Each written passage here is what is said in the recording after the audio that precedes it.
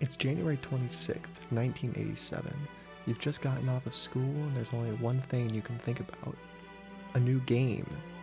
It's a sequel to one you played about a year ago. It promises to be even more grand and rich in story as the last one. You wait in line patiently and get the game. When you load it up, it's just as grand as they described. Now, that was Dragon Quest II, not the game we're talking about.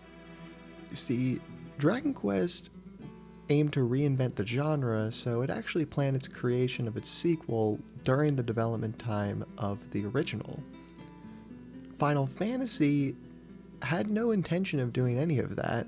In fact, Square was hesitant to produce the project in the first place, so when it came time to make a sequel, they had no idea what. It's because of that that Final Fantasy II went through a somewhat interesting development cycle that has led to some Western fans deciding that that was the factor for why Final Fantasy II exists in the state that it is, but I'll get more into that later. First, I want to talk about a bit of how this video is going to be structured. I'm going to start by giving a somewhat brief history of its development cycle. I'm not going to go super in depth. I don't have nearly enough time considering how long this video already is. And then I'll be talking about some misconceptions and interesting things that I found. Our now established dream team of Hironobu Sakaguchi, Yoshitaka Amano, and Nobuo Uematsu would all return for the sequel, of course. And Kenji Terada would also come back, now for a much more important role. See, Final Fantasy II really wanted to have a more centralized focus on its story and world, and because of that, the scenario writer of Kenji Terada had a much more impactful role, and he even ended up making a novel that I'll get into more detail in a second. Additionally, Akitoshi Kawazu also provided the main framework for how Final Fantasy II would be structured. A lot of his ideas never ended up making it into ignoring the very shocking white guy jump scare. This is something that I've seen almost nobody talk about, probably because they don't even know it exists. This is Final Fantasy II Muma no Meikyu. Sorry for the pronunciation, I don't speak Japanese, which is unfortunate because this book is only in Japanese. There is a translation, but it doesn't get very far in the novel, unfortunately. So most of what I'm about to say is coming from the wiki. Now, Final Fantasy II doesn't develop its characters very much, and the book aims to remedy a lot of that, so our protagonists are a lot less cookie cutter in the novel than they are in the actual game. Now, there is one exception. Maria is not a very well developed character in any version, unfortunately, but Leon in particular is a lot more developed and better explained about his motivations. Same thing with the Emperor. The Emperor is kind of a nothing character who's just supposed to be a big bad in the game, but he's a lot more of a tragic villain in the novel. I imagine Kenji Terada, as the writer of this novel, wanted a lot of what's in here to be in the game and couldn't add it for potentially limitations or because they didn't want the characters to be as developed, because it was supposed to be a role-playing game, so you're supposed to imprint yourself onto the characters. But either way, they're a lot more developed here than they are there. Now, this book does do a lot of contextualization of different scenes, and even then, it still cuts out a lot of stuff. Like, several characters just don't exist, but Guy's role in the story is a lot better since those characters don't exist. He's just got a lot more to do. Now I want to get into some misconceptions, because this game has all kinds of misconceptions. I'll get into the gameplay in a little bit, but mainly I want to get into this game's lack of a translation for years, and the general dislike of it in the West. You see, for a long time, I at least heard that Final Fantasy II never got translated because the game wasn't good. And I heard it so much that I actually developed an intrigue and fascination with the game, which led me to play it. And I didn't really understand. And if you look it up, clearly the people back in 1988 didn't understand either. You see, Final Fantasy II, reportedly by Square, sold 800,000 copies, which is double Final Fantasy I, and Famitsu gave it a 35 out of 40, making it one of the highest rated games that the magazine had ever gotten. It put it on par in rating as Mario Bros. 3. Put simply, people loved this game. So why didn't it get translated? Well, the simple answer is timing. It's boring, but it's true. Final Fantasy II did have a very, very early and unfinished English translation, but it never got released or even got very far, because by the time they would have finished with creating it, the SNES would be well established and Final Fantasy IV is going to be released, so they may as well have just translated 4 and called it 2, which is what we got. It's boring, but that's the reason. Sometimes it's not that deep. Now let's get into the main reason I'm here. Yeah, I wasn't kidding about the brief thing. There's a lot to talk about with this game. First is the version I played.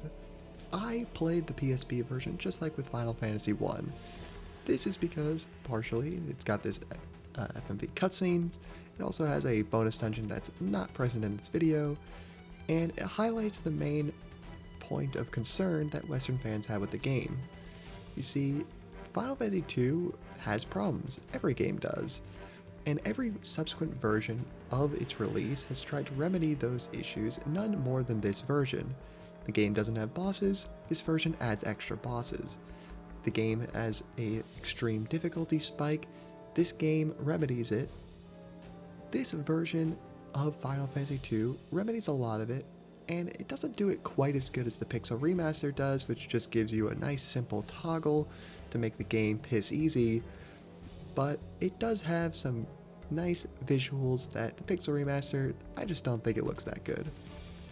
And the extra dungeon also adds some replayability to the game. Now I will get into playing the Pixel Remasters for the Final Fantasy III video, but for now, this is the one you get. Now this FMV details the actual backstory of what happens before the game actually begins. This is Firion, Maria, Guy, and Leon, our protagonists of the story. Well, at least 3 of them. Leon doesn't come in until much later. Their home has been attacked by the Empire, and now they're trying to escape.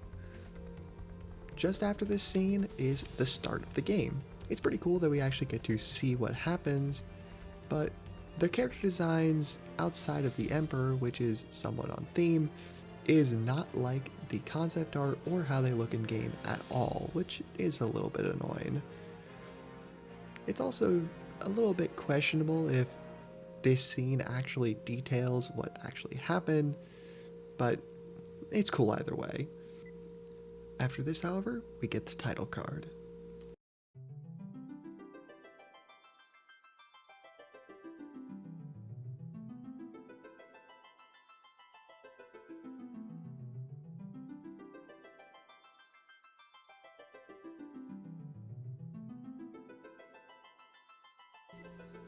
Selecting new game, we choose our preferred language, and we get the option to rename any of the characters. Now, there's not much of a reason to do this since they do have their pre-existing names, but if you really want to roleplay in the role-playing game, go right ahead. We get a little bit of a backstory explaining what sort of happened. The world's at an end, the Empire's taking it over, you know the works. This scene does a pretty good job of explaining the current state of the world as a whole. You see, if you're trying to establish that we're rebels trying to save the world, well, you kind of have to show that the world is in a worse state because of the Empire's doing. So watching him burn down towns and seeing the rebels get captured, especially this one guy on the left who we later learned is Scott, it's pretty simple to understand that the Empire's bad and the rebels are doing good. This is pretty obviously inspired by Star Wars, and you'll be able to see that with the Dark Knight later in the story as well, but this would be done much better in Final Fantasy IV, which I will potentially cover at some point in the future. Otherwise, we get a little bit of a telling about what we saw in the intro cutscene that wasn't present in the original versions, as well as knowing that the rebels now exist in a remote town called Altair. And I'll be pronouncing the names of these places as I see fit, so yeah, fight me. We get to see our first combat, and despite the fact that we have a lot of commands, we don't stand a chance. I'm pretty much just going to do whatever and die. This fight is unwinnable from what I understand. There might be some way you can win, and I don't know what happens. It probably just continues on like nothing. But yeah, we just die. They end up leaving us for dead, but interestingly, our fourth member, Leon, is missing. We get found by one of the rebel army soldiers, and they take us back to Altair. We end up getting healed by who we would later learn to be a white mage named Minwu, and we're overseen by Hilda. Now, Hilda is pretty worried for us, considering that we were probably pretty brutally beat down, but Minwu says that our will is strong and we will regain consciousness sometime soon. Now, this is pretty funny because of how powerful we will get later, but you know what? That's just how RPGs work. You start off trash, then you end up killing gods. It's just what you do. Hilda ends up going off to a strategy meeting as she's become the de facto leader of the rebel army since Scott, who we'll learn about in a second, is gone. She also explains in our sleep that there's something called the Dreadnought that is going to be a real problem for us once it's finished. We finally get up, and Firion is curious where he is, but then he immediately gets worried about his friends.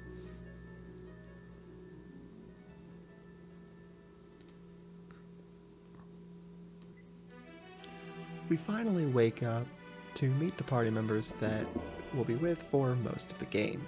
These are Maria and Guy, respectively.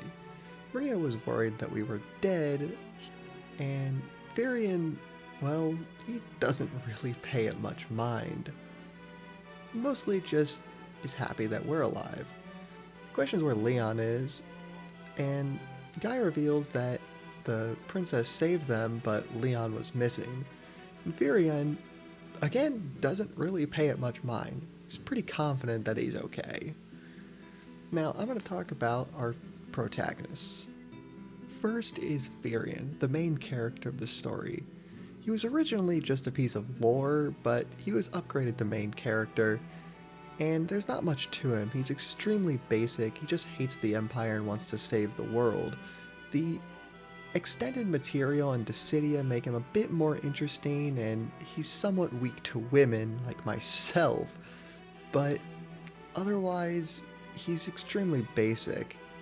Next is Maria. Now, Maria doesn't really have much character at all, and unlike Firion, who got some extra bits of detail and extended material, Maria doesn't really evolve outside of being the girl. She seems to be extremely nervous about the entire situation, as evident by that first line of dialogue, but it doesn't really go beyond that from one scene after this. She mainly just wants to find her brother and nothing else.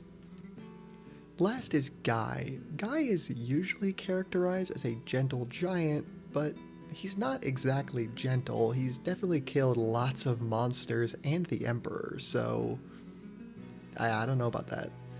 He is pretty quiet, but that's mostly because he doesn't really speak human speak very well since he was raised by monsters or wolves.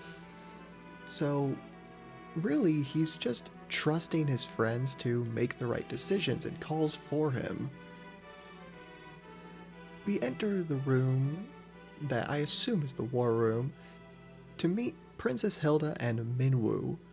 She's happy that we're okay, and if I'm being completely honest, Hilda is the best character in the entire game. Hilda has recently been put in charge of the rebel army after her father has gotten sick and Scott has been presumably kidnapped or killed, and Scott's brother Gordon is not very interested in running the rebel army, which puts it up to her. Despite this, Hilda doesn't do any sort of aggressive advertisement campaign to try to get people to join, and she in fact tells Firion off. This is because she doesn't want people to die. Despite her reluctance to advertise the war effort, Hilda is clearly passionate about it and doesn't try to take away from people's efforts. When we succeed, she rewards us and asks us to further our efforts because we're good at what we do. But she doesn't want to stand on the sideline and even goes out of her way to try and congratulate us in person at dangerous locations. Hilda is the most well-written character in the game, and it's somewhat a shame that she's not as much in it as I would like, which is telling something because she's in a lot of the game and most of it is spent of just doing a mission and coming back to speak with her. But if I'm being honest, I want more of it. She's very well written. We try to join the rebel army, but she denies us and tells us to go home. Unfortunately, our home doesn't exist, courtesy of the Empire. She apologizes, but she still won't let us join. Kind of a bummer, but that's probably not going to stop Firion, the master of revenge. She tells us the password that the rebel army uses to figure out who's actually in the army, and this gets us into the keyword system of this game, a divisive topic indeed. Most people find it tiresome and unnecessary because most of the time you learn a new keyword and the next person you talk to, you use that keyword. And yeah, for the most part it is like that. There is a moment where you do use it once for its intended purpose, but it's basically completely ignorable. If I'm being honest, it's more so used for world building purposes and to try to help you roleplay as the characters, not for any actual gameplay purposes. Lastly, she tells about Scott and how she wants to help him, but they can't really get into Fynn because of how dangerous it is, and she tells us that the person on her right is Minwu. He's the one who actually saved our lives. Now, Minwu is a much more important character later in the game, but for now, he's basically just a white mage. I would describe Minwu as exceptionally blunt. He's definitely extremely capable and seems to know what we're going to do before we do it. If we use the Wild Rose on him, he seems to be happy that we're catching on and tells us a bit of basic information on what to do if a party member dies. Outside is Gordon, Scott's brother and other prince of Kashuan. He seems to be a bit of a coward. He wants to help, but he's too afraid to do anything, and because of how long he's done nothing, he's even more afraid to ask the princess to join and take up arms. He seems to be somewhat respectful of us who are so eager to fight, but it doesn't really do anything, and he's even asked us to laugh at him.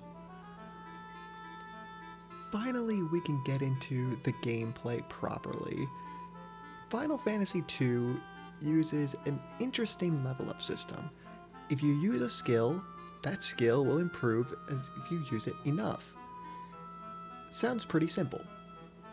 The problem is when people...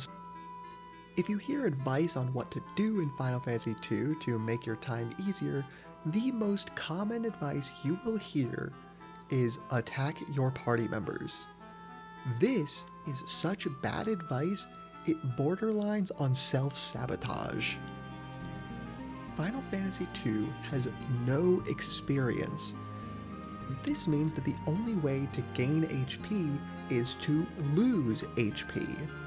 That means that people come to the natural conclusion that if I attack my party members, they will lose HP, I will use whatever skill I use, say swords for example. I will level up my swords and my other party member will level up their HP. This is not how that works. From a technical standpoint, it is, but from a functional standpoint, it's not. Later game enemies give more experience towards your skills than earlier enemies, meaning you're better off just fighting the newer enemies anyway. To make matters worse, it implies that having a lot of HP in this game is even necessary to be strong. It's not. It's somewhat well known now, but definitely when I was growing up it wasn't. But later game enemies do percentage-based healing to themselves based on your maximum HP. That means having higher HP means that enemies heal more and can make a lot of encounters at the end of the game almost unwinnable if you have a lot of HP and don't do a lot of damage. Something that will happen if you start attacking your party members. Don't do it. Additionally, battles must complete for you to properly gain the experience to different skills. This means that more frequent, stronger enemies will level up your skills faster than pumping damage in one singular encounter. It's further not worth it. To further the point, another complaint that people give is that they get these new weapons that they can't use because their proficiency isn't high enough.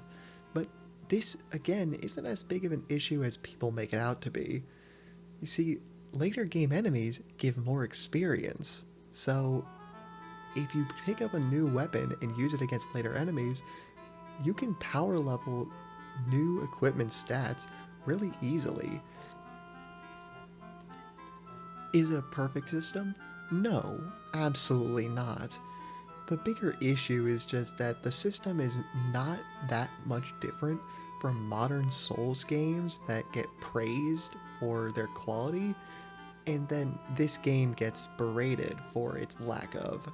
And maybe it's because the medium doesn't transfer as well into turn-based games as it does into action-based games. However, I think the issue is got more to do with something else, and that's reach. Souls games reach a far wider audience than this game did, and they have the benefit of being expected to be difficult, something that this system inherently brings credence to. The other thing that this game is known for, besides its questionable combat, is its encounter rate. This section of gameplay talk is pretty much the last of random encounters that I will be showing, because if I were to show all the random encounters, this game would be so much longer. This complaint I agree with so much that it is the sole reason I would recommend new players play the Pixel Remaster over the PSP version, just to avoid this. And it's pretty frequent from just the clips that I'm showing on screen now, and this is the overworld. The overworld encounter rate is so much better. Dungeons later in the game will start having rooms that just every single square is an encounter. It's brutal. 50 encounters later, we make it to Fynn, and our goal is to reach a bar. Now, if you were asking around, you would hear that there was someone from the Rebel Army who's been running a bar here in Fynn. When we reach the bar, we speak to him and tell him the password, and he lets us down into the basement, where he's been keeping something very, very special. A wounded soldier that we're going to help. I wonder who it could be. He decides that with the Rebel Army finally taking what's here, he's gonna hightail it out of here. He's done. Heading down into the basement, the first thing I naturally do when I see a wounded soldier is take the potions that are saving his life. I'm such a good person. We see that the soldier isn't just any soldier, it's Scott. And when we talk to him, well, he's not exactly in the best shape. He's glad that the people that finally found him were actually people from the rebel army, and he tells us that he's Prince Scott of Kashuan. We tell him that we thought he was dead, and he promptly responds by making us very sure that he's on his way out. He's not going to last much longer. He asks us to tell a few people, give them a couple of messages.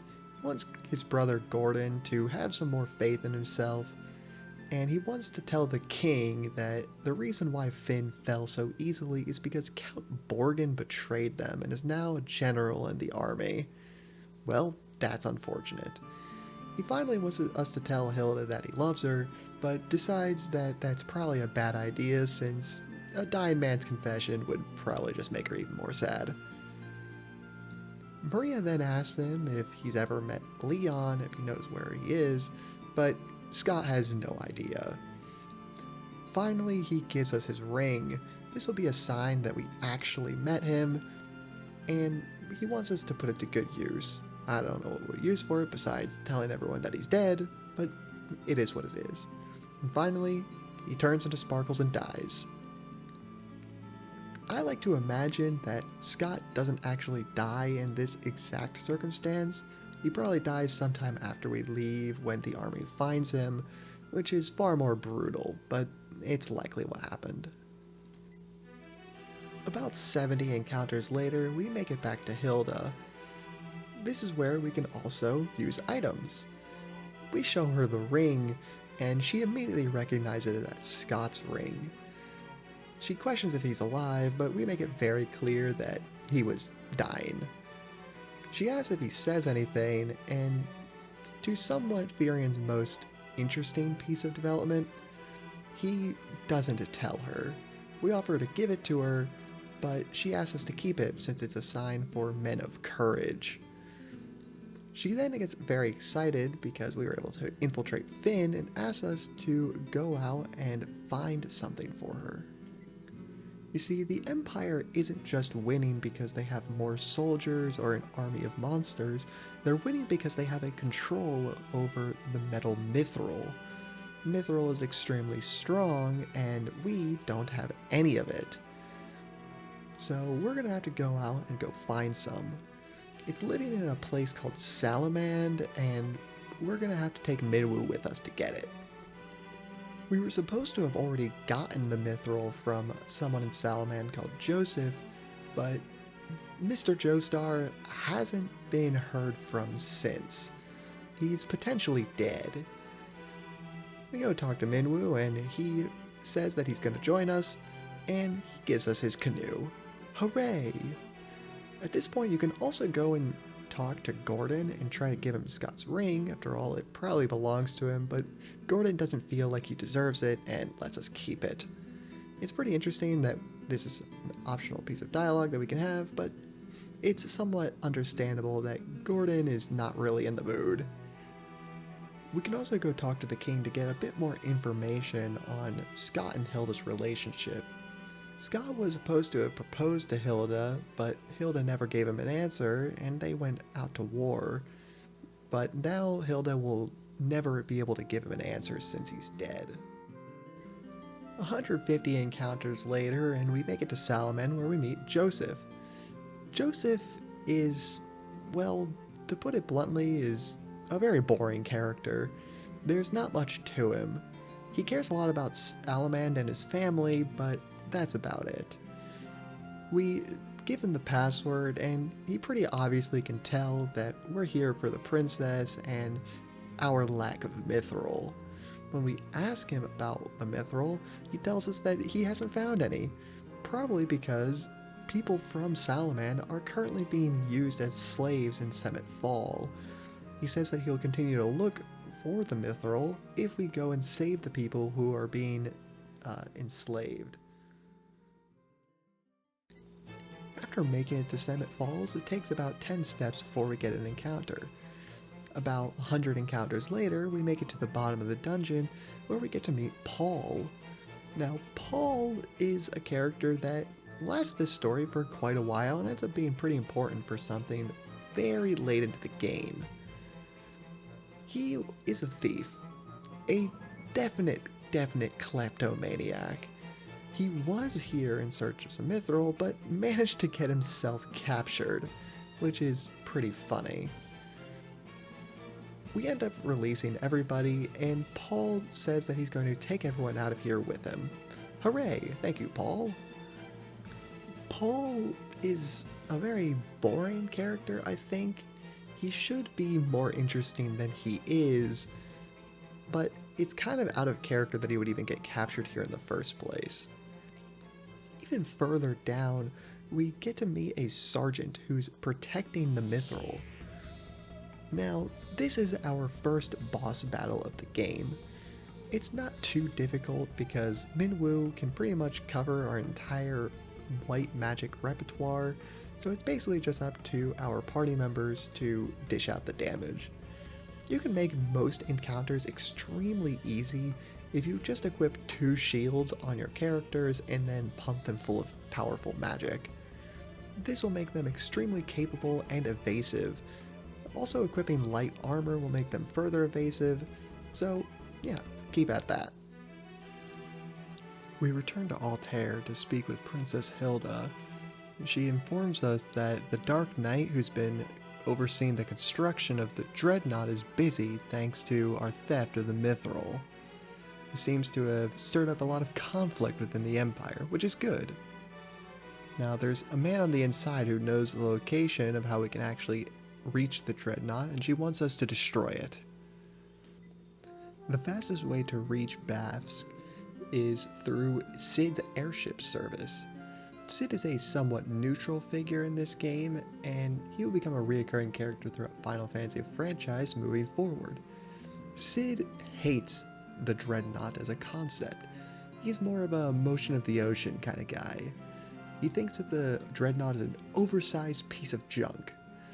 Now, he gets a lot of use, mainly from the rebels, for his airship service, so he does end up joining our side eventually later, but for now, he basically just runs the shop. After making it to Bafsk, we can find Borghen here. Borghen is running the operation with the Dark Knight gone. He's the guy who betrayed the rebels in the first place. If you talk to the soldiers, they make it pretty clear that they really hate working under Borghen because he kind of sucks. The Dark Knight is also pretty much the only thing keeping this operation on schedule at all. Asking some of the civilians around town, you find out that if you want to be on the Dreadnought, you need something called a pass. It's just a simple ID card. At the south side of town, you can find the double agent who's working for the rebels. This is where the keyword system is actually used for its intended purpose.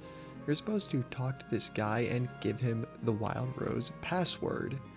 Once you do so, he realizes that we're here to destroy the Dreadnought. The underground path to the Dreadnought would be an extremely short and sweet little dungeon. Unfortunately, this is the point of the game, yes, it's this early, that the encounter rate starts to get kind of absurd. It doesn't look too bad in the footage that I'm showing, but try to keep in mind that this dungeon is one of the shortest in the entire game. Coming up to the end of the dungeon, you can find the Dark Knight here. Apparently, he's been working behind the scenes to make sure that the Dreadnought gets completed. And it is. Well, that kinda sucks. We were too late. To make matters worse, Borghen shows up just to rub it in our face. Yeah, I can kinda see why their own soldiers kinda hate this guy. He does suck. Regardless, we go outside just to see a nice cool FMV of the Dreadnought going up into the skies. These are pretty cool. It's not all bad, however. Returning back into the dungeon, you can find a pass in a chest locked away. This is... why did they leave this here? Well, whatever. Because, you know, every good thing must come to an end. Because I got an encounter on my way out of the dungeon. Hooray. Thank God. Everything around us continues to fall apart because if you return to the other towns, you'll see that the Emperor has taken no time to waste destroying all the towns. So, what can we do? Well, we return back to Altair to talk to the princess. Yeah, this is going to be a recurring theme. Hilda disappointingly tells us that lots of people were injured, and to make things worse, the king, her father, has gotten a lot worse after the attack of the Dreadnought. Our party, worried for him, asks Minwu if he can help since he's a white mage, and Minwu pretty bluntly states that all living things will someday die. It is our fate. And yeah, I mean, I guess he's right, but damn. He does say, however, that he is a white mage and it's his job to heal those who are suffering. So he's going to try to cure the people who are wounded and make sure that the king doesn't suffer in his final days. He wishes us luck and tells us to destroy the Dreadnought pretty swiftly because that thing is destroying the world. Now, how are we going to destroy something like that? A giant airship? Well, first place to check is probably the guy who knows everything about airships. So we head over to Sid and we ask him about the Dreadnought, and we pretty much tell him that we want to blow it up. So he makes it pretty clear to us that while it might be gigantic, it operates the same as every other airship. So it's powered by this thing called the Sunfire. So we're going to go grab a Sunfire and throw it into the engine. Isn't that just smart?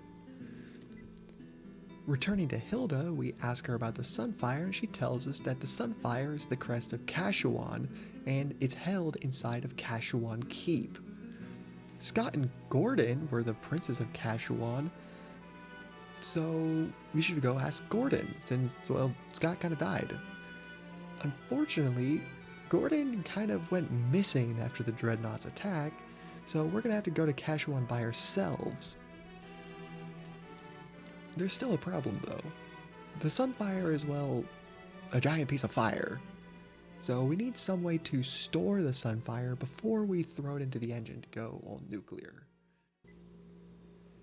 If we go talk to the king, we get a little bit more information, and he makes it pretty clear that not only is it a bad thing that Gordon's not here since he can't show us the way, but Kashuan Keep only opens to the sound of the Princess of Kashuan or something called the Goddess Bell.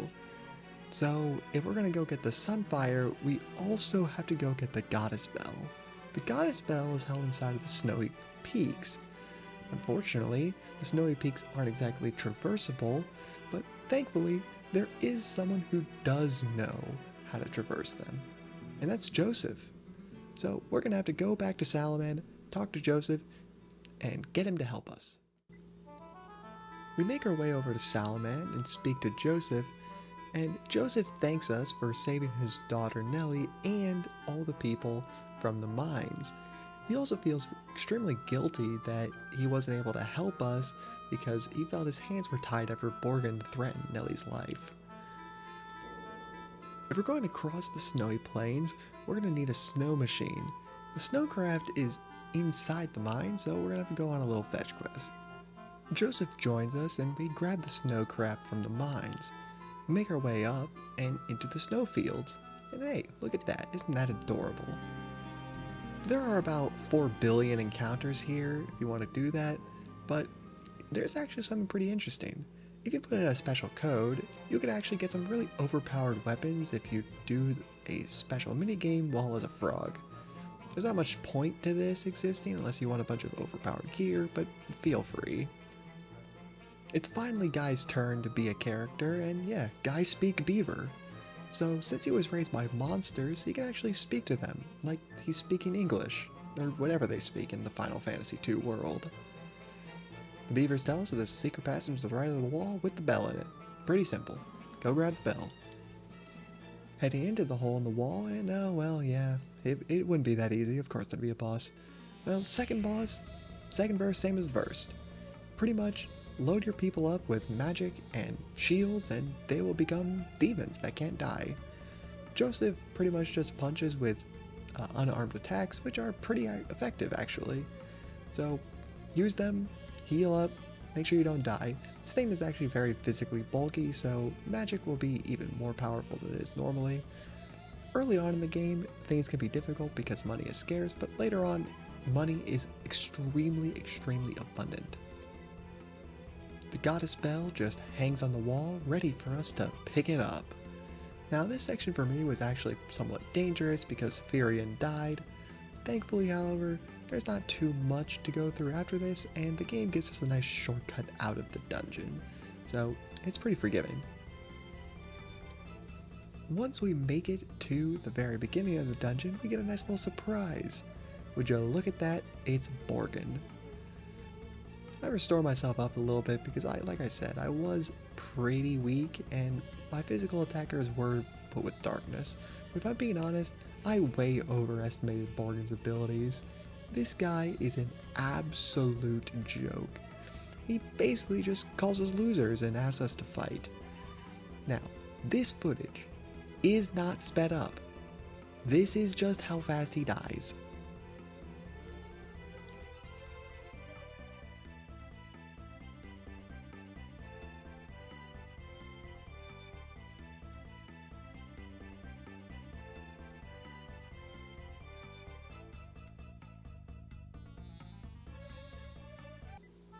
Yeah, that's it. This guy was a complete joke.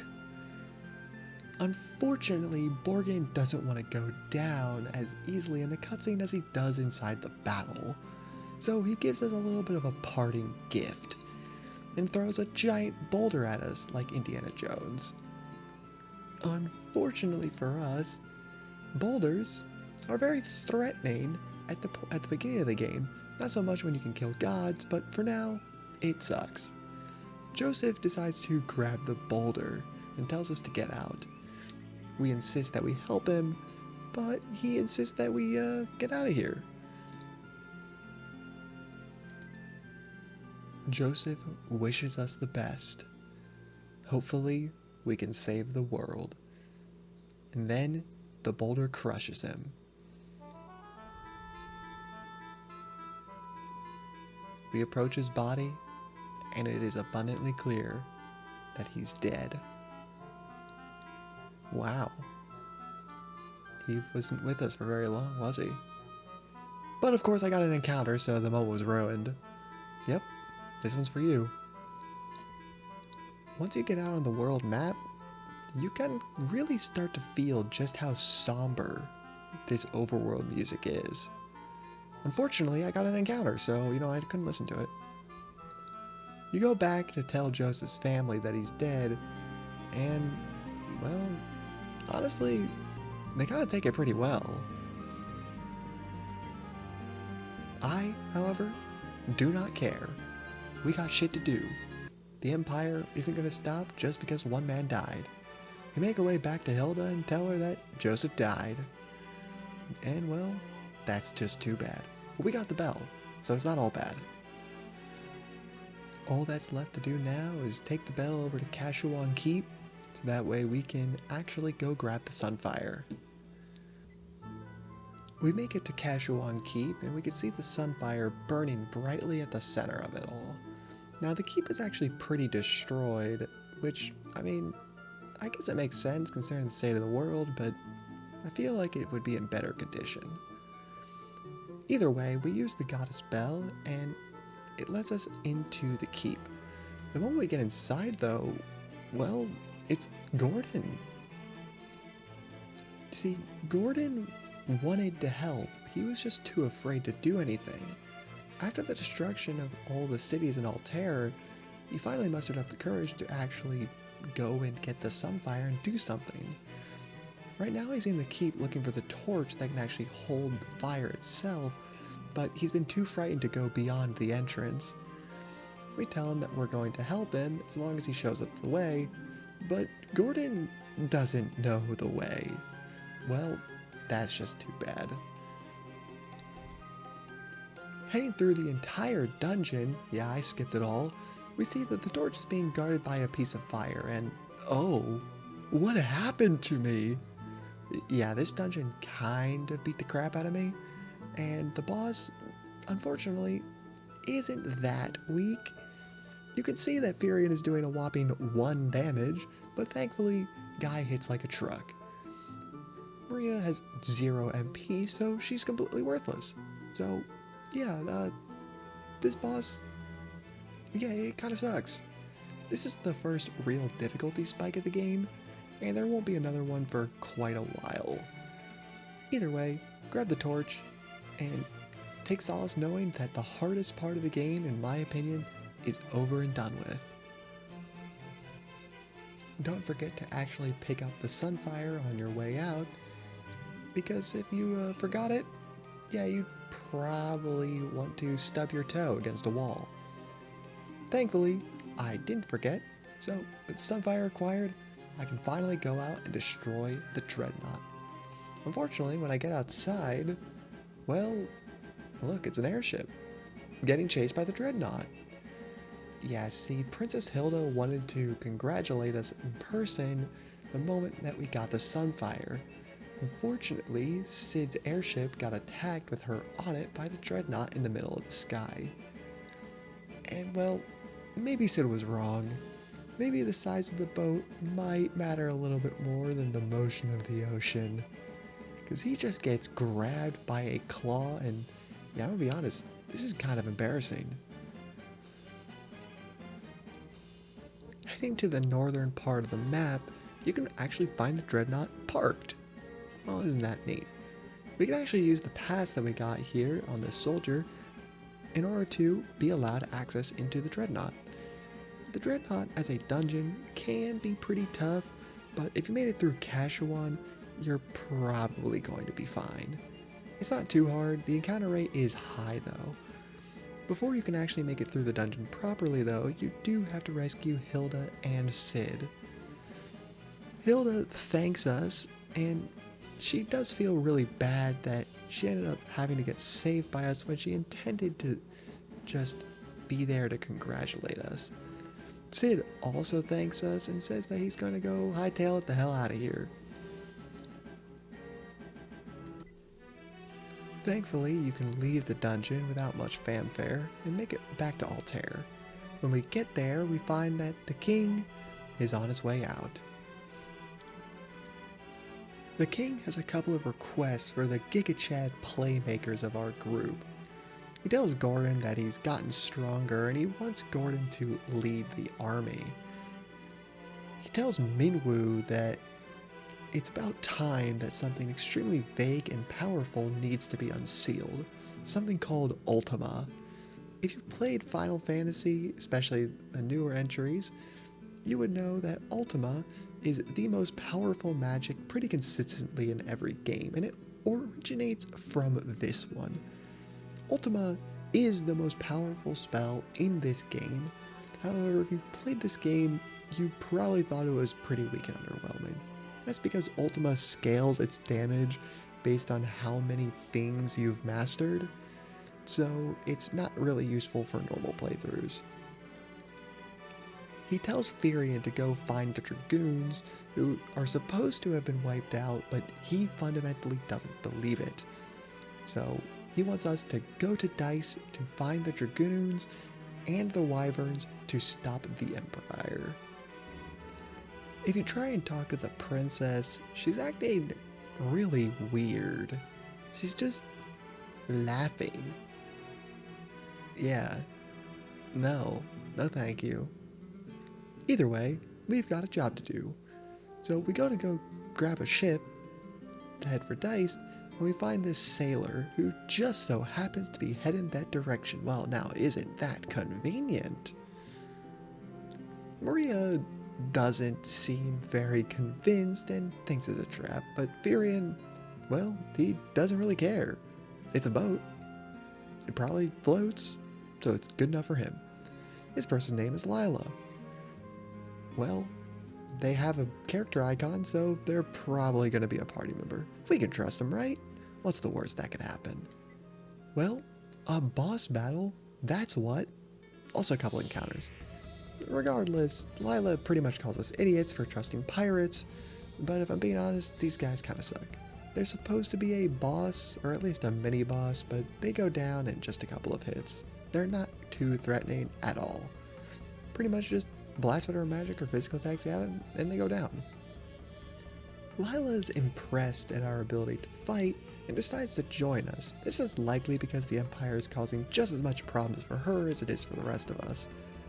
Now, Lila is actually not that interesting of a character. She seems to have a bit of a thing for Firion, and she seems to be extremely capable, but honestly, there's not much else to her. What's happening on screen now, however, is very interesting. See, Final Fantasy II was a game that came out on the NES. That means that a lot of things that can happen out of order as long as you brute force it enough. This is one of those things. This is a shop of people who wear masks. Later in the game, you're going to have to collect 2 masks, a white one and a black one, in order to progress the ultimate plotline of the story.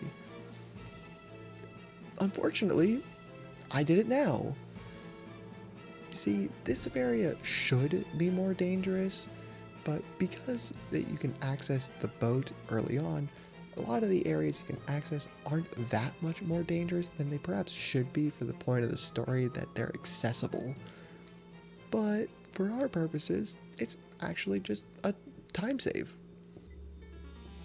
After using the Masked People's shop, we can actually fight the boss for the Black Mask. This is where I start abusing the Berserk spell to increase the damage of our physical attacks.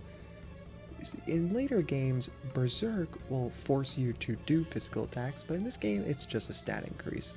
The drawback is that if it's not a high enough level, along with every other buff spell, it can miss. But I'll take it. I just won't miss. This boss is not too difficult.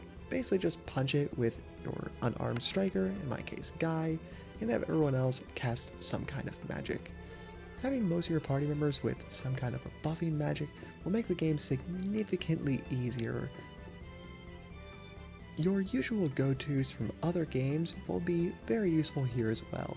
Protect, Shell, Haste, and in this game, Berserk is also useful.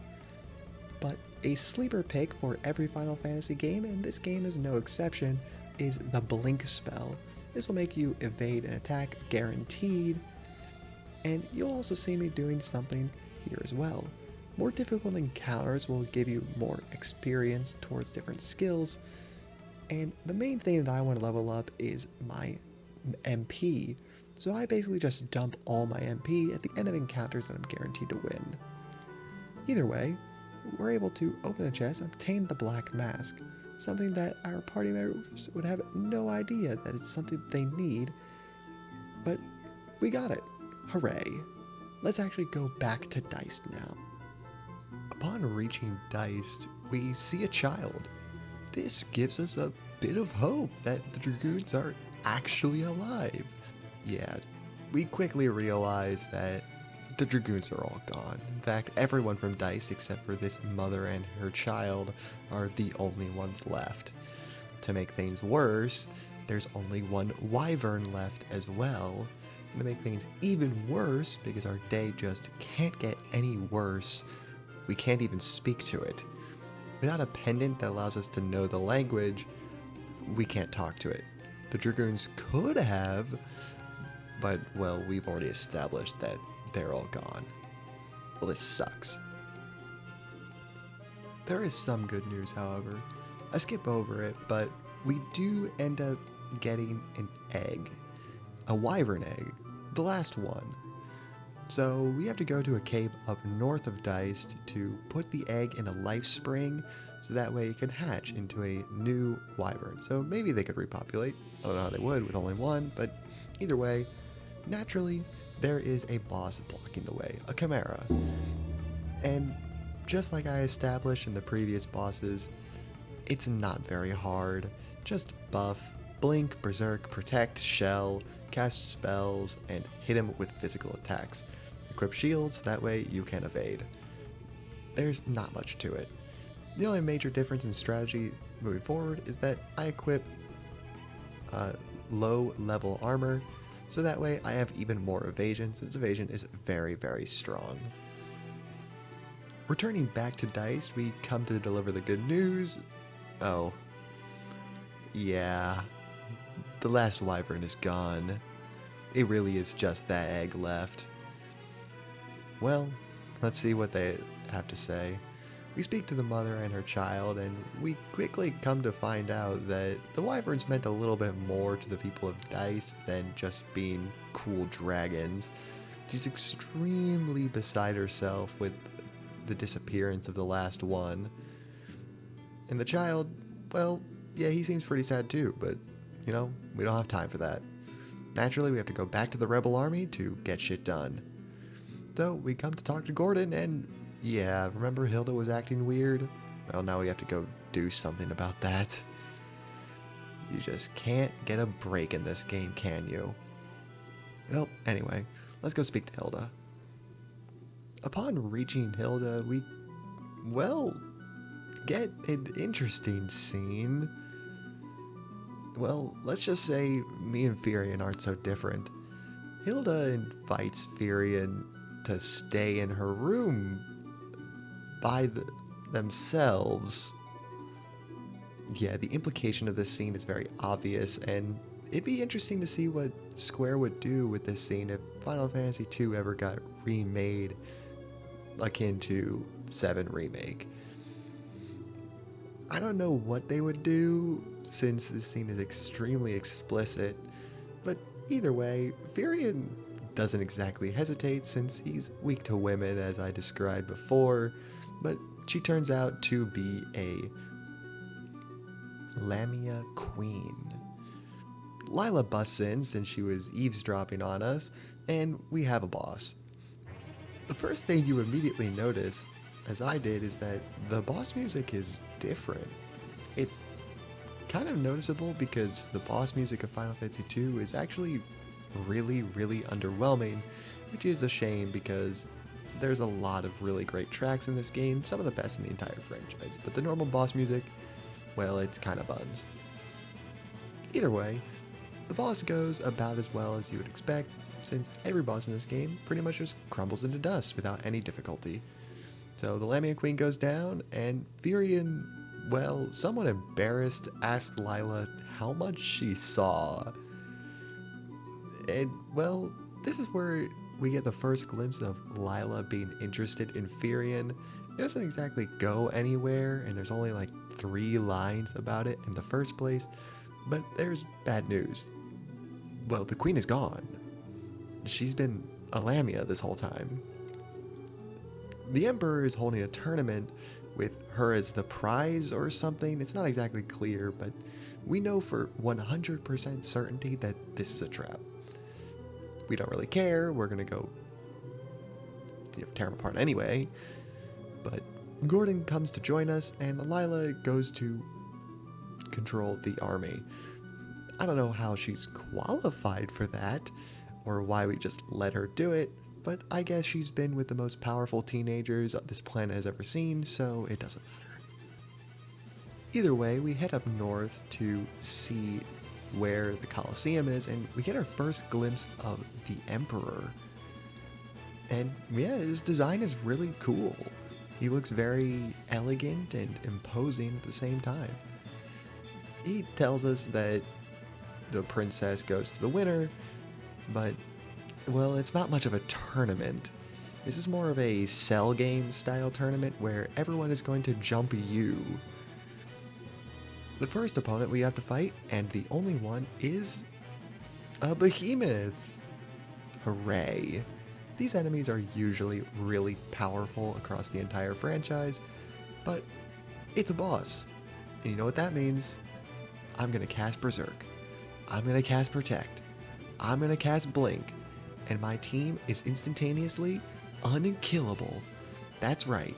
And I'm going to punch him. And I'm going to shoot arrows at him. And I'm going to swing my sword. And there are no more steps. Yes, every boss in the game is this easy. I promise you. Everybody who tells you to just attack your teammates and you'll become OP is lying to you. Don't do that. Just equip shields and cast spells. It's overpowered. We go to try to kill the Emperor, but we fail, and the Dark Knight captures us and throws us in prison. Hooray. Alright, the Emperor, the big bad of the entire game.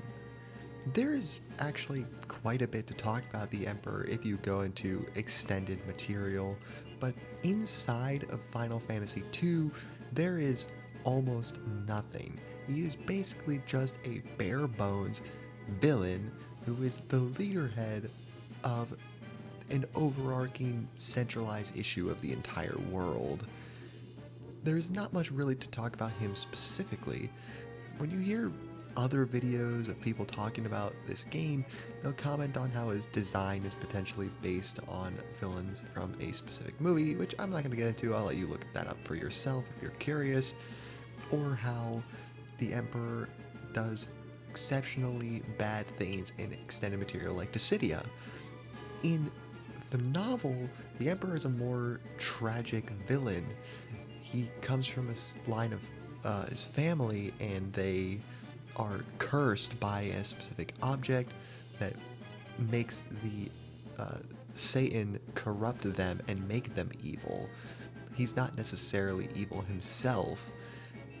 That is interesting, and it'd be interesting to see if that was a direction that the designers actually wanted him to have for the entire game and just couldn't due to limitations.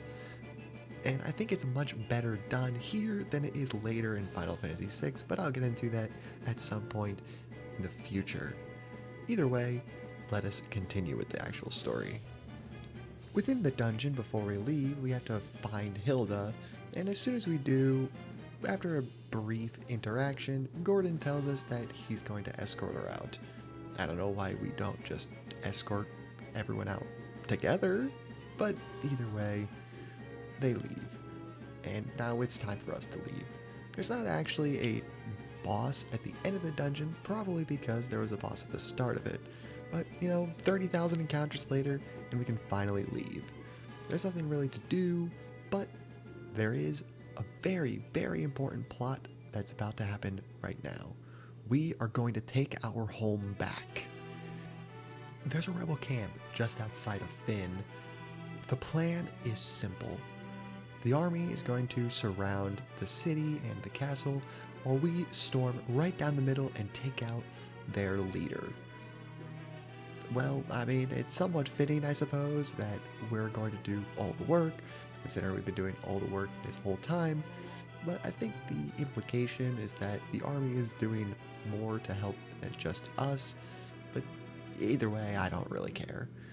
We make it to Fynn, and guess who's here to greet us? Yep, that's right. We can't go 3 seconds without having a fourth party member, so Lila's back.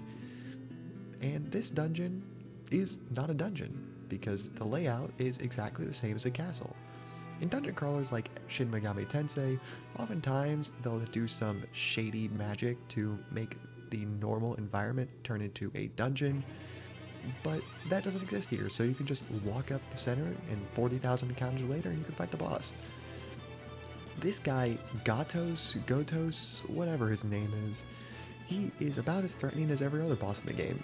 The only difference is that our characters are stronger, and he isn't. So protect, shell, blink, attack, he'll die, dodge everything, and he can't play the game. Extremely quickly after his defeat, the enemies fall and we take back the castle and just assume the throne again. Like nothing happened. Well, hooray, I guess. For as much as I love getting praised by Hilda and Gordon every single time I complete a minor plot detail, there's a problem. Minwu's still not back. He was supposed to have gotten Ultima like it was a milk run, but yeah, turns out it's pretty difficult.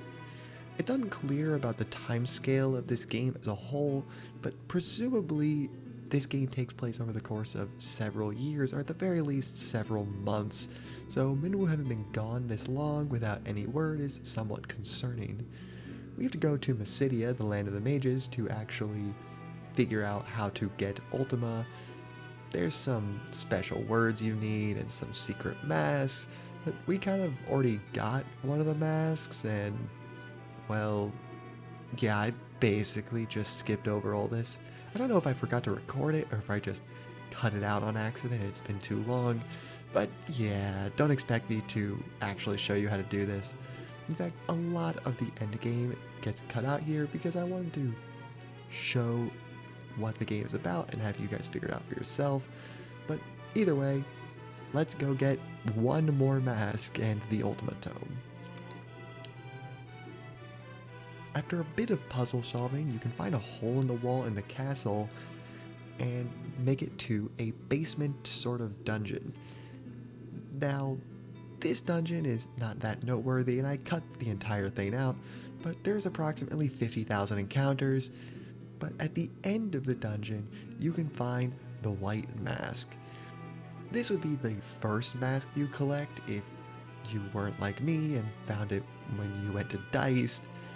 But either way, we have both masks now, so we have to go put them in specific spots so that way we can open the tower to get the Ultima Tome. I cut out where you had to put the black mask, but the white mask just goes underneath in this little catacomb under Mysidia, and then we can open up the way. Upon heading up towards the tower, in typical Final Fantasy II fashion, nothing can ever go our way, and there's a giant whirlpool. Why? Why is there a giant whirlpool? And even more than that, how the hell did Minwu even get this far? He's probably down here. He's probably just dead. Well, this isn't the bottom of the ocean, and Lila's gone. Great. Well, we are inside of Leviathan. Leviathan will become a reoccurring character in Final Fantasy later, and this is his first introduction. And in typical Final Fantasy II fashion, he's got 60,000 encounters. So, well, apparently a lot of people have been eaten, and this guy is a Dragoon. His name is... well, okay, if I'm being honest, his name is Rickard, but I am going to be calling him Rykard, because it sounds cooler. Rykard is a Dragoon. This is a big shock because we learned about 40 billion encounters ago that all the Dragoons are gone, so he's probably the last one. He's been living down here in Leviathan, and there's even a sort of community or town of people who just sort of live here. I don't know how Leviathan hasn't digested them, since there's no indication, to me at least, that Leviathan is particularly ethereal like he is in the later games. He's just a giant sea snake, but maybe he is, and he just likes these people living here. Regardless, Rykard joins us, and we're going to fight our way out of Leviathan. Rykard fills the proud, heroic character that you see in a lot of anime and movies and basically everything. He, for the most part, is just strong and does the right thing without question and is proud of his people. But, you know, more than that, he has high stats and does a lot of damage. It's not so much compared to our party members, but he's not as weak as the previous characters we've been associated with. But he's not as useful as Minwu was, but, you know, Minwu kind of played the game.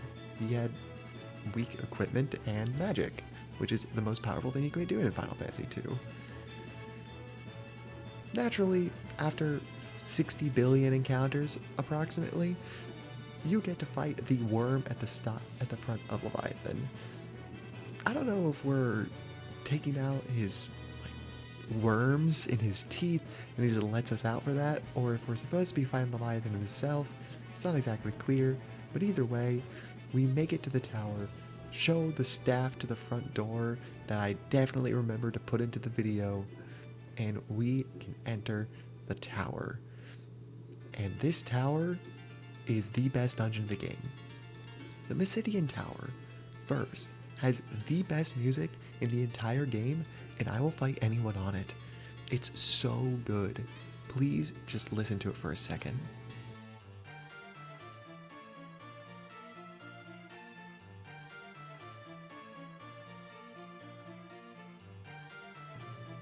But there's no time for listening to really good music because there's encounters to be had and bosses to do. Now, the bosses in this dungeon, yes, bosses, there's multiple of them, are somewhat interesting. They each take on a different element: fire, water, wind, and earth. Now, this is because the crystals are actually present in the game at the top of this tower. It's just not exactly shown or really relevant to the plot, but they are real and they do bestow power into our heroes. Now, because there's actually a lot of bosses in this dungeon, and the dungeon is just long in general, you could actually get worn down and have low MP, which can make healing rough, and you deal less damage, and have less buffs, and can actually make the end game of this dungeon somewhat tricky, much trickier than any other part of the game, to the point that I would say if you're playing this game with the strategies that I'm using, this is the only part of the game that's actually going to be threatening. Pandemonium would be threatening, but it won't be for something that's going to happen somewhat soon. But we fight the ice boss, and yeah, he goes down pretty simply. Something else to note is that by this point in the game, we're getting spells that actually deal decent damage, and because late game enemies do give more experience than early game enemies, they level up quite fast. This is part of the reason why I don't understand why people have a problem with getting so much different kinds of magic and equipment. It just doesn't take very long to upgrade everything to be able to be useful. In fact, just using them in a dungeon is more than plenty. So instead, I'm going to talk about Warp and Toad. See, Warp and Toad are spells that are also another gotcha to why Final Fantasy II is poorly made. See, you can basically just end every single encounter with a high casting of Warp and Toad. And while this is true, I'm kind of left wondering why? I mean, if you are playing this game and you know about it, and you think it ruins the game, don't use it. And if you do know about it, and you're like, you have to use it because it exists, I don't know, I feel like it's more trouble than it's worth unless you're a speedrunner. Regardless, after a little bit of monsters in a box, we make it to the top and it's Minwu. Wow, okay. I had absolutely zero idea how Minwu got here. You needed the staff, which he doesn't have. We needed the 2 masks, which he didn't have. I don't know how Minwu got here, but either way, he's that guy, and he's made it to the top all by himself with nothing but white magic. He probably just dodged everything. There's a problem though. The door is sealed, and he's gonna blast all of his magic energy into destroying the door. Honestly, I think more D&D parties should just do this. The hell with a magic barrier, just blow it up. Well, turns out turning your life force into MP has consequences, namely dying. Yeah, Minwu doesn't exactly make it out of this. Minwu was a very interesting character with his bluntness, but, you know, we got a job to do, so, you know, we're gonna go grab the Ultima Tome. I've kind of gotten a little bit desensitized to these people dying, but, you know, I don't really care. I'm gonna go grab Ultima and start destroying everything, even though I'm not, because the Ultima Tome is terrible. Well, it's actually the best spell in the entire game by a landslide, but in order to make it useful, you have to master a whole bunch of skills, which is not necessary in the slightest to beating the game. So I'm not gonna do it. We head to Fynn this time to speak to the princess, and well, it just doesn't get better. Turns out the Emperor is throwing a fit, and now he's using his dark magic to make a giant cyclone to destroy the world. First a giant ship, now a cyclone. It just doesn't end. We can't exactly send an airship up there because, well, the last time we did it, Cid kind of died. We'll see that in a second. But yeah, we need another way up there. We head to Paul's house and tell him that we don't really care about the cyclone and we're going to destroy it anyway. Paul, fearing for our safety, tells us that we can have whatever he has in his little stash of goodies that he stole. And, there's some pretty okay stuff in here. Some thief gloves, a gold curiouses, gold hairpin, that's a pretty nice, an elixir, and oh, the blood sword. I wonder what the blood sword does. Oh wow, the blood sword, its stats are really bad. Oh, yeah, if you couldn't really understand my sarcasm, the blood sword is the best sword in the game by a landslide, and one of the best swords in the entire history of Final Fantasy. This thing is comedically overpowered. The blood sword, basically what it does is, in addition to attacking, it deals percentage damage based on the max HP of the target, and restores it to your life. This doesn't really care about how much max HP, so it works on bosses. I mean, you can basically kill them in just a couple of swings.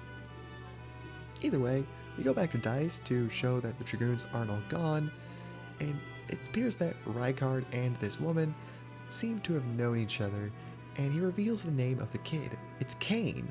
I'm not sure if it was always Kain, or if this is just a reference added to this version of the game to Final Fantasy IV's Kain, but either way, Rykard promises to teach Kain the ways of a Dragoon, but if you know anything about the track record of our party members, they don't tend to live very long.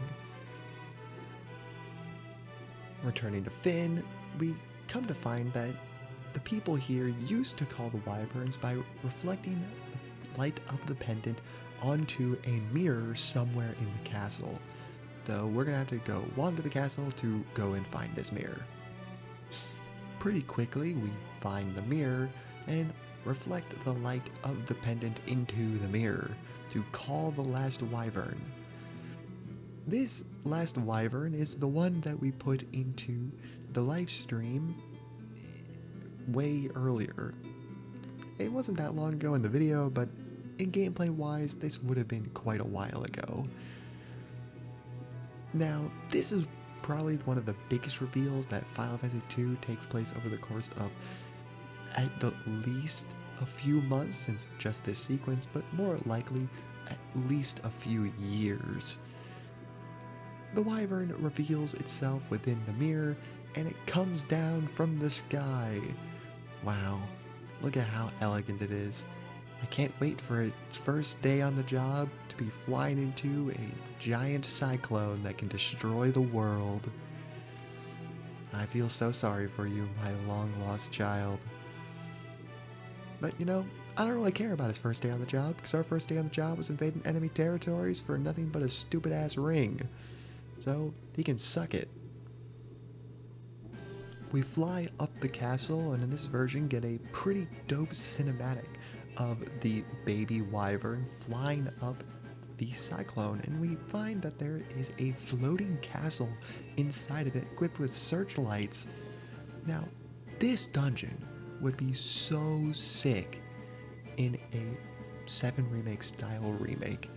It would be awesome. I like to imagine the Persona 5 palaces and how they operate. It would just be so cool. But if you didn't get to see that, that took 3 steps for an encounter, so yeah, there's about 1 million encounters in this dungeon, but we can finally confront the Emperor. He's somewhat abstaining to commenting. He doesn't really seem to mind that we're here, more like just ants that are in his way. He sticks our royal guard on us like the good old days at the start of the game, but we don't really care. We're a lot stronger now, and they go down in about 3 hits. They aren't threatening at all. But the Emperor, well, he doesn't exactly care. He's got more guards where they came from, and he's just going to send more of them at us. He's just going to keep sending his army at us until we're all dead. These guys are really not threatening. When I first played this game, I didn't have the blood sword, and I wasn't doing any of the things that actually make you very powerful, and I distinctly remember these guys being really weak. Even if you play the game wrong, you shouldn't have an issue with them. But with his royal guard down, it's time for us to actually fight the Emperor. And, well, You're gonna see, even though he fights us with more guys, he is very, very weak. You can very famously cast the spells that just one-shot him in earlier versions. I don't know about this version. You probably can, I've never done it. But the basic strategies just work. Cast buffs, cast spells, swing the blood sword now has been added, and he goes down extremely quickly. The blood sword will trivialize basically the entire game moving forward, but this is the first time with Guy specifically that having high HP will start to become a problem. Moving forward, the enemies will start dealing percent damage to our HP, restoring that kind of life, so it'll be threatening. In this version, the blood sword will damage me if I attack undead, which is something else that's going to be coming up later. As far as I know, in the original version of this game, that wasn't the case. Blood sword was just even more OP. But with the Emperor defeated, we can finally head home. We get back to home, seek Hilda. We speak to her one last time. She thanks the main group as well as Rykard and tells us that we're going to have a celebration because of the Emperor's defeat. We have a little dance party and then roll credits. Except there's still quite a long time in the video. Yeah, this is probably one of the easiest endings to figure out. Is not real. No special boss music. The Emperor goes down really easily without much fanfare, and there's still a major loose end to tie. We never did find Maria's brother Leon, and the Dark Knight is still out there. So, yeah, this dance sequence pretty obviously is just for show, and somewhat fittingly, someone comes in and dies right at our doorstep telling us that the Dark Knight has announced his name is Leon, and he's assumed the throne of Palamecia and is sicking the army on us. Shit. Yeah, the Final Fantasy II cast really just cannot catch a break. So, we gear back up. We never really got out of our gear, we kind of celebrated as soon as we got back. But speaking to the princess, she's somewhat shocked that Leon is the Dark Knight. But if I'm being honest, was this not obvious from about 20 hours ago? Either way, we have to get into Palamecia. And we have no idea how to do that since Palamecia is on a castle. Well, there's actually a pretty simple way to do that. See, Paul kind of told us that he's a master thief, so he probably knows a way in. Heading to Paul's house, we find Sid, and he's come down with a case of dying, much like everyone else in this game, especially those in the fourth party member slot. Sorry, Rykard, you're due. Sid was a mostly neutral character who probably was helping us more than he was helping the Empire, but either way, he gives us his airship as his dying breath, I guess. He says it's Lend, but, you know, he's just that kind of a guy. So, there he goes. One more character. Dead. Heading to Paul, he tells us that he's stolen all kinds of stuff from Palamecia before, and he got on there with a kite. So, with the airship, it'll probably be pretty easy. I don't know, maybe it got the blood sword from Palamecia. Palamecia is up north by the place where the Colosseum was, and you could see it before, but here it is, in the mountains. Somewhat unceremoniously, we land in and get our fair dose of encounters. There's this monster in a box of an Imperial Shadow, and this is actually the hardest boss in the entire game because he's somewhat threatening and is immune to the blood sword, so he's really, really strong. But yeah, jokes aside, he's not very threatening, but this is the first indicator that the Emperor maybe isn't gone for good. But, you know, obviously there's nothing to that. You make it through the dungeon, the final dungeon for real, and talk to Leon. Leon basically tells us that he's going to assume the power, blah blah blah, weak words from the weak, power rules the world. But honestly, for as much as Leon is an incredibly interesting character, and there's actually plenty to talk about, and that I'm not going to get into specifically because I would like to see people play this game and interpret things for themselves, Leon doesn't exactly get a chance to be the final boss because, well, the Emperor shows back up. He's clawed his way out of hell by assuming the power of Satan for himself. In the novel, it's just Satan who shows up, choosing to take the image of the Emperor because he's super evil or something. But everyone is pretty shaken up about this. Before we were fighting monsters and there were magic, but now, well, this is just Satan.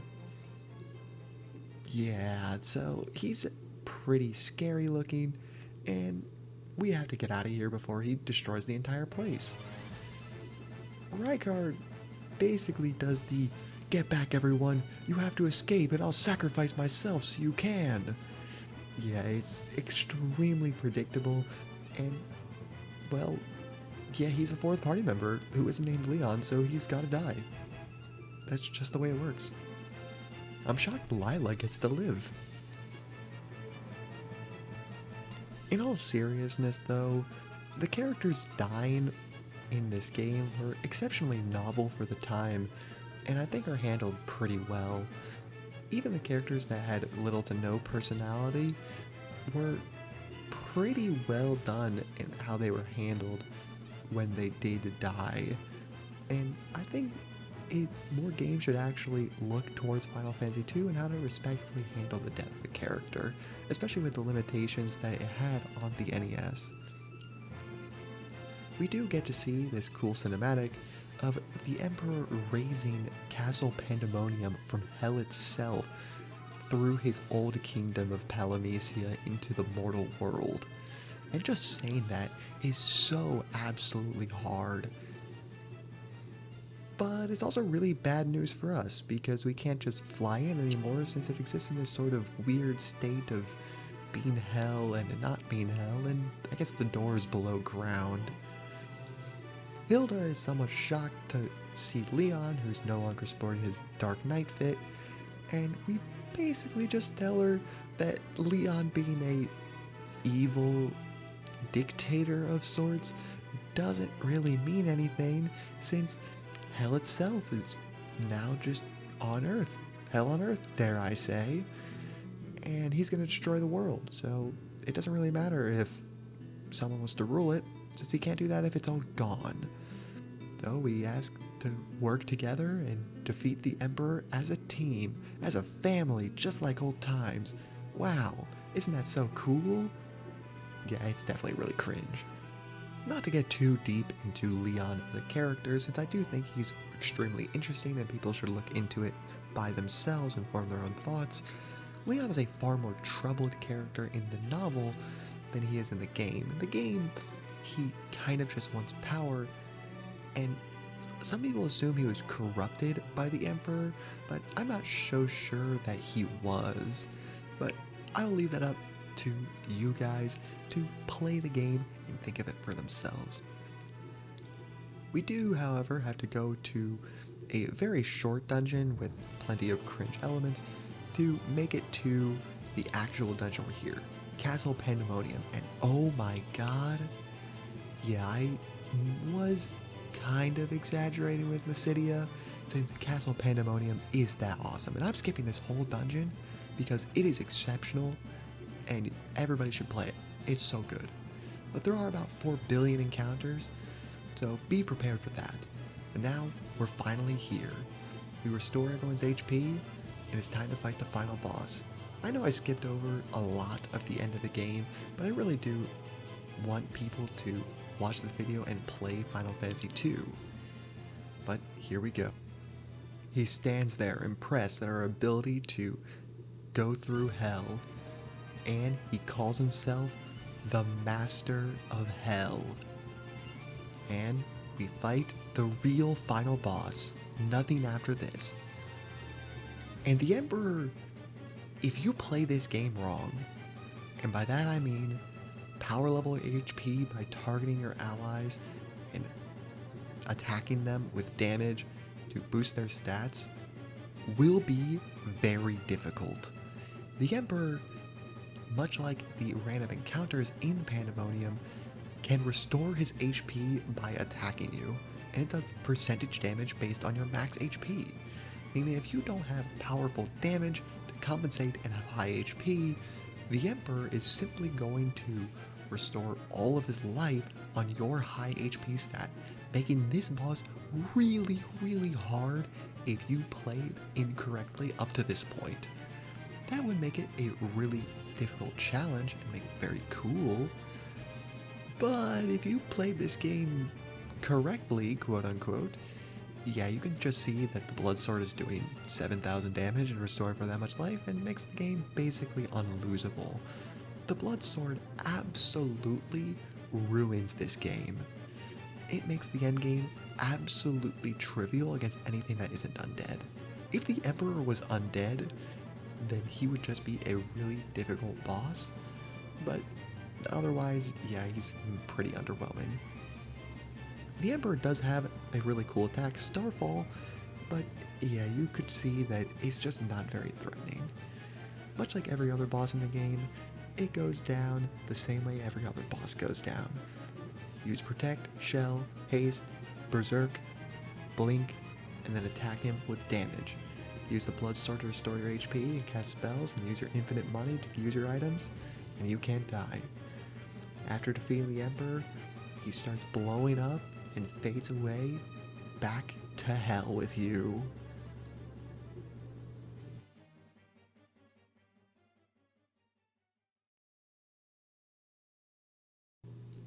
The Emperor simply can't believe that he was bested by us not once, but twice. By creatures he deems lesser than him, like insects. He asks us who we are before he finally perishes. He turns it to some kind of light or something. I don't really know what's going on here. The extended material does expand upon what happened to him later, but I don't get into that video. If you're curious, go and play the game.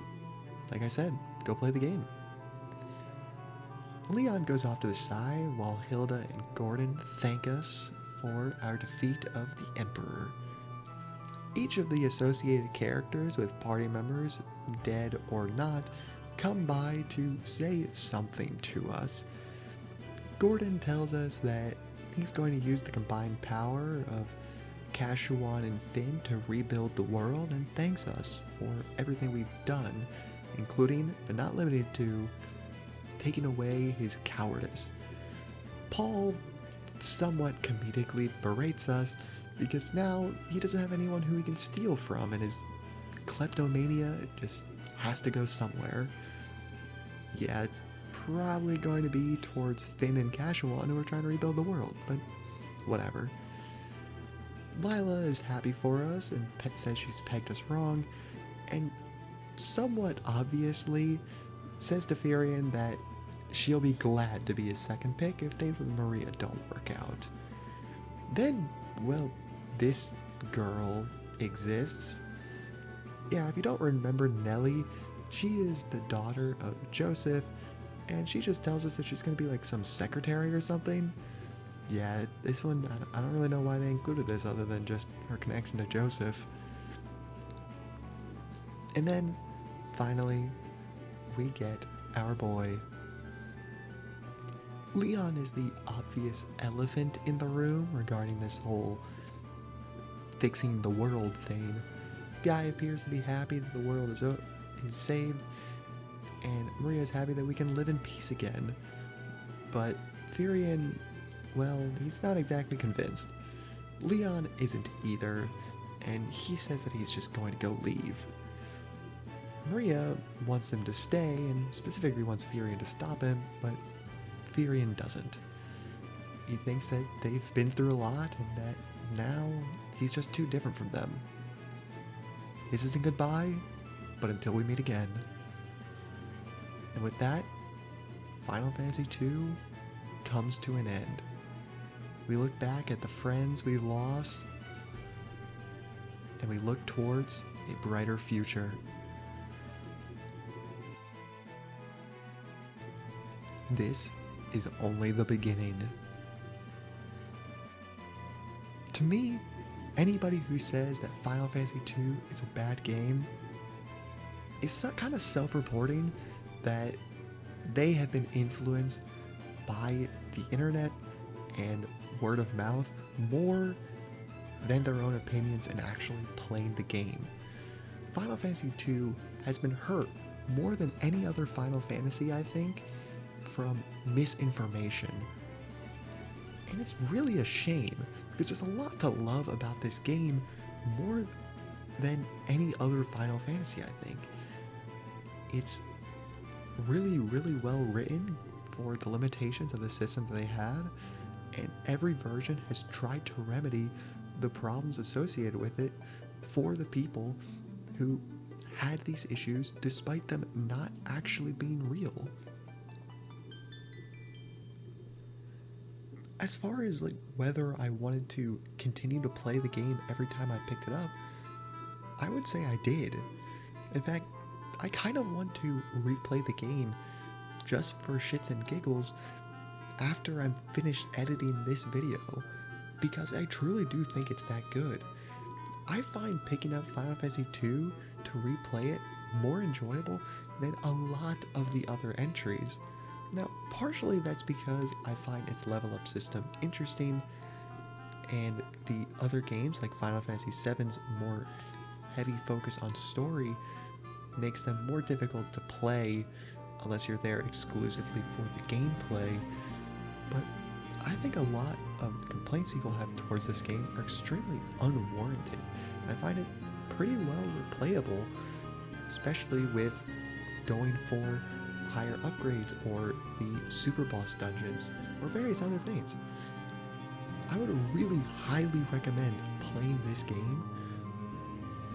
And if you are interested or have played this game and are looking for more, I would highly recommend you scroll through wikis and interviews and other videos on this game, because there's so much information, literal hours of content that I did not include, both from the game and supplementary material and pre-production, that I did not add because this video is long enough already. I personally cut out 2 hours of footage just to make the video a somewhat bearable length. If you are interested, there is so much content to deep dive into for this game specifically. I would highly, highly recommend, if you are interested in Final Fantasy lore and the history of the franchise, to look at Final Fantasy II. Final Fantasy II established almost everything for the franchise moving forward, both in-game and in production of the games. Please, if you are interested, look into it. It is very interesting. As far as where I will be moving forward and the future of this channel, I will obviously be going to Final Fantasy III for my next video. If there is interest and this video gets some kind of traction, I've been thinking I'll make a video talking about misconceptions about Final Fantasy and things that didn't exactly make it into this video or future videos, talking about potentially things that people have interpreted about different games that aren't necessarily present within them. And that could extend beyond Final Fantasy, specifically talking about games like Nier Automata and how its supplementary lore potentially makes the game worse or better, but that's just potential and not necessarily in stone. For now, I will be focusing on Final Fantasy III and up to 6. If these videos do get some kind of real traction and there is interest, I'll go beyond that, but for now, I'll be focusing on just the first 6, and 3 is the next one. To get a little bit ahead of myself, Final Fantasy III was always the Final Fantasy game that I have enjoyed playing the least, so stay tuned for that if you like Final Fantasy III and want to hear someone who doesn't like it that much, their opinion, then you can go and stay tuned for that and tell me that I'm full of shit. Please let me know how the video was structured or edited or planned out, or audio or anything, because I do want to make these videos somewhat decent, even though I'm not actually making them for the intention of people actually watching them. They're mainly just for myself, but if people do watch them, I would like them to be of some kind of decent quality. The audio mixing on the first Final Fantasy video was really, really bad. Hopefully this one is at least somewhat watchable. And if you have issues with this little rant at the end and it shouldn't be unscripted, then let me know. I'll script out my rants at the end a little bit better. But oh yeah, just let me know about anything. If you think the videos are too long, I probably won't be changing that. I'm sorry. These Final Fantasy just gets more complicated, both in story and in production as the games go on. So these videos are going to get longer, and I may even have to make the SNES videos, specifically Final Fantasy VI and maybe even 5 as well, 2 parts, just because there's so much to talk about in those 2 games. You know, this video was already almost going to be 4 hours long, and I managed to cut it down. But yeah, so if you want the shorter videos, I'm sorry. But yeah, Final Fantasy II and my experience with the game, that is it. Thank you so much for watching. Like and subscribe if you made it to the end of this video, please. And have a great day.